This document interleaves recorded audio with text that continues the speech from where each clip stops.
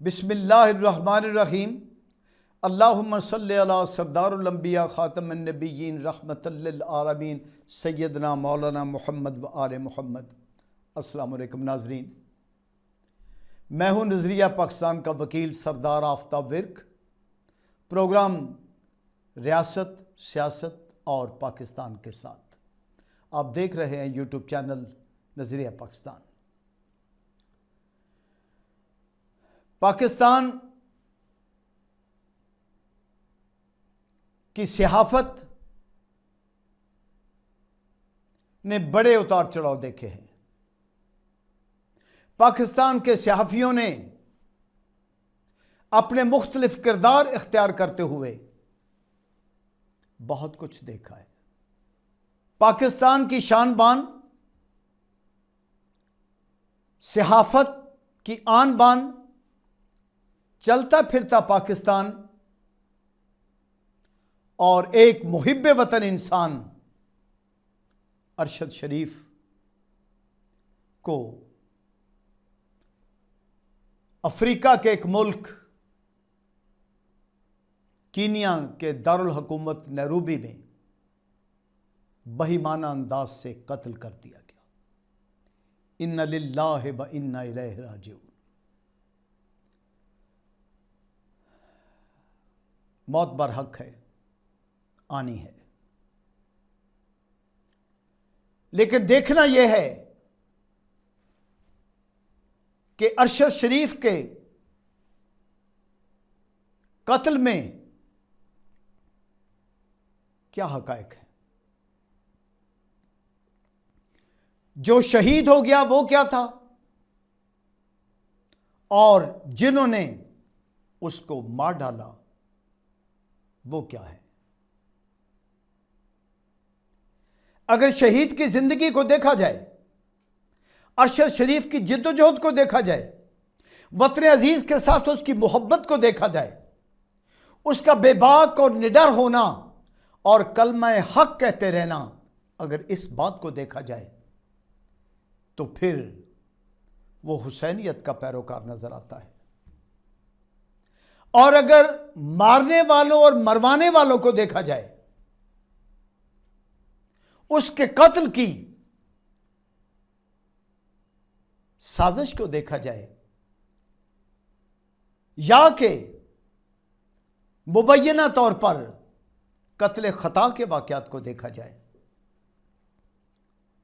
तो फिर मैं ये कहूँगा कि वो कत्ल करने वाले और करवाने वाले यजीदियत के पैरोकार हैं।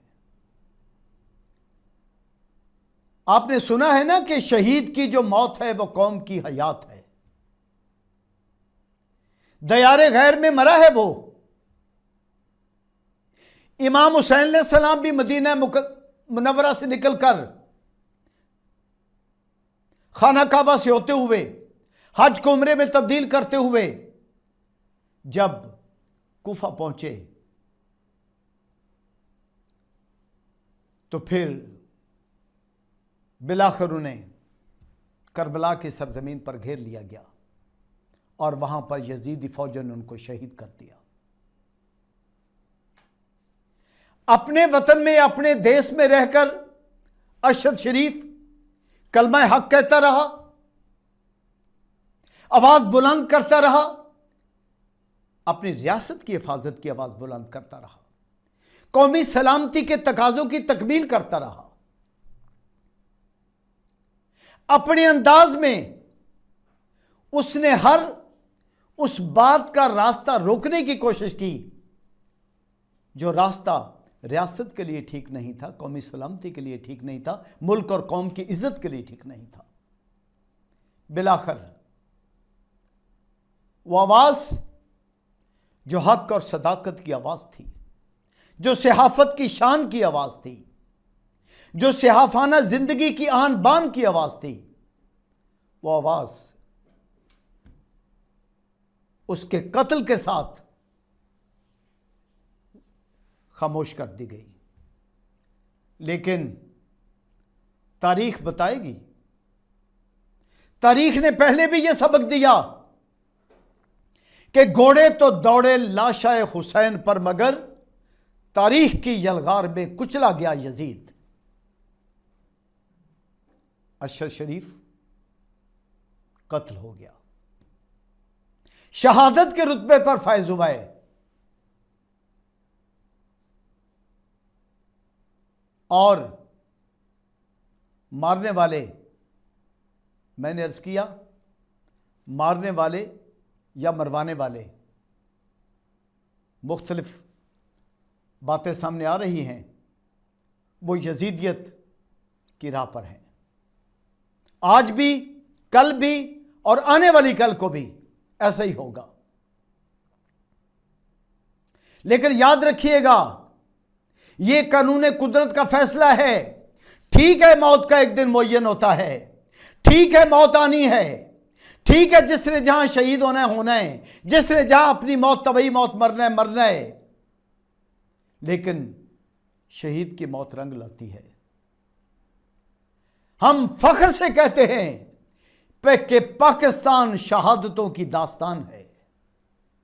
हम फख्र से कहते हैं कि हिफाजत पाकिस्तान शहादतों की दास्तान है, जहां पर हमारी कौम के मयारात सपूत, काबिल फख्र फौजी जवान, फौजी अफसर शहीद हो गए। एक राइफल हाथ में पकड़कर, तन पे वर्दी पहनकर, गोलियों के सामने खड़े होना, इससे बड़ी और क्या अजमत है।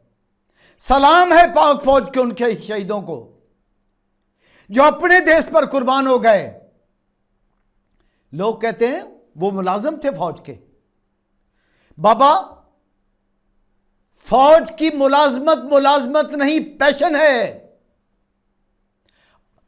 कोई बंदा मुलाजमत के लिए गोली नहीं खाता, कोई बंदा मुलाजमत के लिए अपने बच्चे यतीम नहीं करवाता। कोई नहीं चाहता कि मुलाजमत के लिए उसकी बीवी बेवा हो जाए, कोई नहीं चाहता कि उसके बूढ़े मां बाप बेसहारा हो जाएं, कोई नहीं चाहता कि उसकी जवानी कुर्बान हो जाए मुलाजमत के नाम पर। फौज की मुलाजमत नहीं, एक पैशन है, मिशन है, मुकद्दस मकसद है, जिसकी तकमील के लिए वही लोग जाते हैं जिनको अल्लाह ने तौफीक दी होती है। और वो बदनसीब लोग वही मौजूद हैं जो तनकीद करते हैं दिन रात फौज पर, जो बदनाम करते हैं, जो अपने शहीदों के लहू को बदनाम करते हैं, जो अपने शहीदों की कुर्बानियों को ज़ाय करते हैं, जो अपने वतन की धरती मां की लाज नहीं रखना चाहते, जिन्हें पता ही नहीं कि मुल्क शहादतों की बुनियाद पर बना, हुब्बुल वतनी की बुनियाद पर बना। मुल्क शहादतों की बुनियाद पर कायम रहा, फिर शहादतों की बुनियाद पर तसलसल चलता रहा इसका।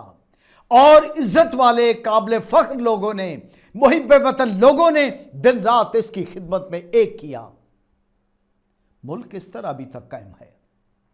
और जहां हमने छोड़ा इन नजरियात को, जहां हमने खुदा का यह हुक्म बुलाया, जहां हमने रसूलुल्लाह की तालीमात बुलाई, जहां हमने कायदे आज़म के फरमान बुलाए, जहां हमने अफकारे इकबाल से रोशनी लेना बंद की, जहां नजरिया पाकिस्तान पसे पुष्ट डाला, वहां पर पाकिस्तान दो लख्त हो गया, टूट गया पाकिस्तान, सानिया मशकी पाकिस्तान हो गया, बांग्लादेश बन गया। ये हमारे ही किए की सजा है, ये उन्हीं नाइंसाफियों की सजा है जिनका तसलसल जारी है वतन अजीज के अंदर। मेरे हम वतनों, आपसे इल्तजा करता हूं देश के लोगों, क्या आप गौर करें ये क्या हो रहा है इस मुल्क के अंदर। आपने इस बात पर गौर कर लिया कि बिछड़ा कुछ इस सदा से कि रुत ही बदल गई, एक शख्स सारे शहर को वीरान कर गया। आज अरशद शरीफ की मौत पर, उसकी शहादत पर पूरे मुल्क के अंदर सफ़े मातम बिछी हुई है। इकबाल के एक शेर का तर्जमा जो उन्होंने खुद किया आपको सुना रहा हूं। If the death is end of all, then die in the way that God may be put to shame by having ended thy career. अगर मौत ही जिंदगी का खात्मा है, फिर इस तरह से जी के मरो कि अल्लाह जब मौत दे तो दुनिया में इतना कोहराम मचे कि अल्लाह रब्बुल इज्जत की रहमत भी ये पुकार उठे कि इस शख्स को दुनिया की बहुत जरूरत, इस दुनिया को इस शख्स की बहुत जरूरत थी। ये होती है जिंदगी, ये होती है मौत। Live like Ali, die like Hussain, ये बहुत बड़ा स्लोगन लिखा हुआ है, पाक फौज के जवानों ने अपने दरो दीवार पर लिखा हुआ है। उनके मिशन का एक हिस्सा है। वो जीते हैं अली की राह पर, वो मरते हैं हुसैन की राह पर, और उनके मुकाबिल आने वाले लोग, उनके मुखालिफ लोग आसमा जहांगीर के नाम पर कॉन्फ्रेंस करवाकर पाकिस्तान के अंदर दूसरी बार पाक फौज पर इल्जामात की, गालियों की, रुसवाइयों की, तज़हीक की एक बुछाड़ कर चुके हैं। अवारी होटल के दरो दीवार पनाह मांगते होंगे कि ये 2 सालों से क्या हो रहा है मेरे अंदर। मैं जिस मुल्क में कायम हूं, जो लोग मेरी हिफाजत करते हैं, जहां से मेरे दरो दीवार को इंसाफ मिलता है, जहां से मेरे पास आने वालों को इंसाफ मिलता है, उस अदलिया पर भी कीचड़ उछाला जाता है, उस फौज पर भी कीचड़ उछाला जाता है। और आसमा जहांगीर कॉन्फ्रेंस का मकसद ही एक रह गया है कि कॉन्फ्रेंस बुलाओ, मुबैना तौर पर करोड़ों अरबों रुपए खर्च करो, बड़े बड़े लोगों को बुलाओ और उनकी मौजूदगी में पाक फौज पर कीचड़ उछालो, इल्जाम दो, राह का नैरेटिव पूरा करो, कमजोर करो मुल्क को, बदनाम करो मुल्क को।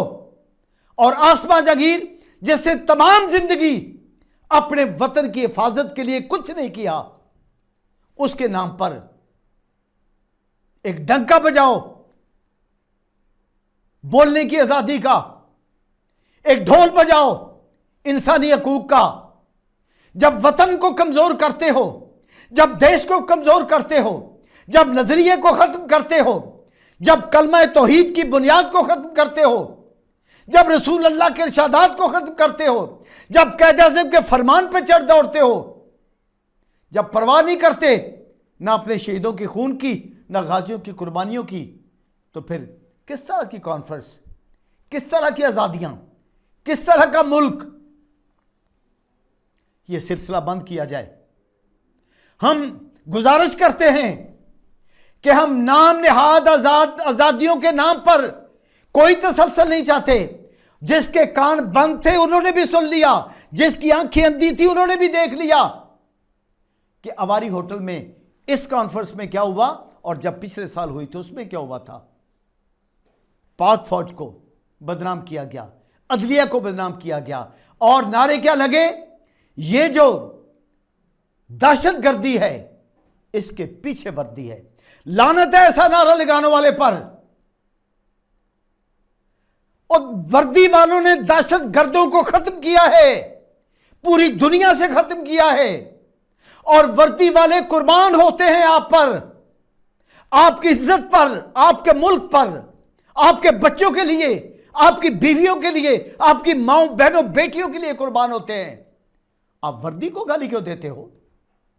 अगर किसी एक बंदे की खता है, जैसे जनाब जस्टिस काजी फैजी साहब ने कहा है कि जिसका कसूर है उसको नॉमिनेट किया जाए, पूरी पाक फौज को पर दुश्मन तराजी ना की जाए, इल्जाम तराजी ना की जाए।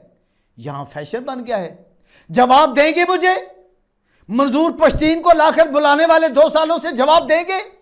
इस कौम को जवाब दें कि क्या हासिल कर रहे हैं वो पाक फौज पर कीचड़ उछालकर। हिंदुस्तान को खुश कर रहे हैं, इसराइल को खुश कर रहे हैं, अमेरिका का मकसद पूरा कर रहे हैं, और नवाज शरीफ, शहबाज शरीफ का मकसद पूरा कर रहे हैं।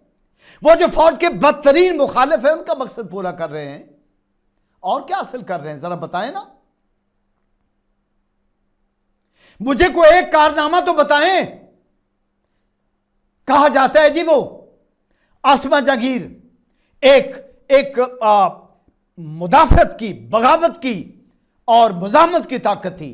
किसके खिलाफ? किसके खिलाफ? जजों को सोचना चाहिए, वो तो अदलिया के खिलाफ भी बोलती थी, वो तो फौज के खिलाफ भी बोलती थी, वो तो ब्यूरोक्रेसी के खिलाफ भी बोलती थी, वो तो कुरानी सजाओं को जालमाना सजाएं कहती थी, वो तो रसूल अल्लाह की नफी करती थी। क्या कहते हैं आप? क्या उसका कारनामा है इस मुल्क की? यह मुल्क आपने धारियत की बुनियाद पर बनाया था, यह मुल्क आपने मिर्जाइयत की बुनियाद पर बनाया था, यह मुल्क आपने काफराना सोचों की बुनियाद पर बनाया था, यह मुल्क आपने कायद आज़म मोहम्मद अली जना के फरामीन के मुताबिक कलमा तौहीद की रोशनी में और मोहम्मद रसूलुल्लाह की इत्तबा की रोशनी में और अली वलीउल्लाह के सुनहरी कवायद व ज़वाबत की रोशनी में और फरामीन की रोशनी में यह मुल्क बना था।